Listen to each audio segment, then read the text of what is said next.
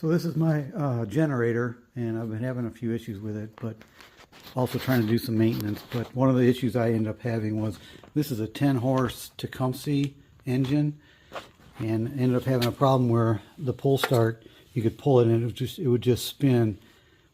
And I ended up obviously taking the cover off, and this comes off here too.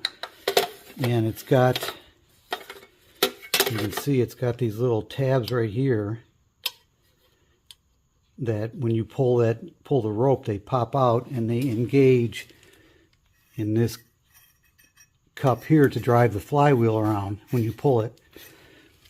Anyway, as it turned out, these little tabs had fallen out of there, so it was just spinning and not engaging. So we'll take a closer look here. I watched another video. Here's a closer look at that mechanism, but I watched another video, and this plate here on that one that he was working on had a bolt in the center, so it bolted this plate down. So it was easier, it must have been easier to, pull that plate off, put your tabs back in place, and then bolt everything back together.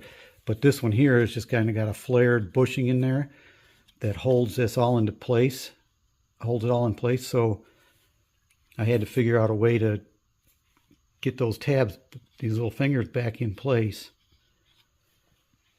So here's a little bit closer look on this, and how this mechanism works. But so when you see how when you pull that rope, those two tabs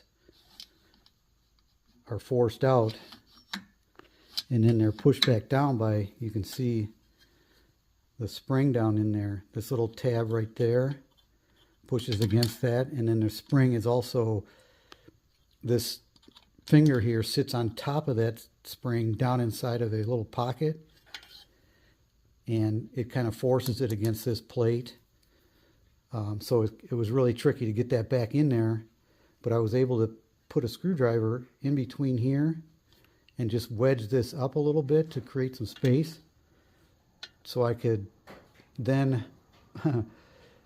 trying at the same time to push down on the spring into the pocket plus hold this tab out, so I could get this finger in behind this little tab. And on top of that, because the spring down inside the pocket, it actually forces the finger up against this plate here and holds it all in place. And then once I was able to wedge that back down in there and behind this tab here on the spring, I pulled the screwdriver out, and this plate dropped back down and captured it back in place.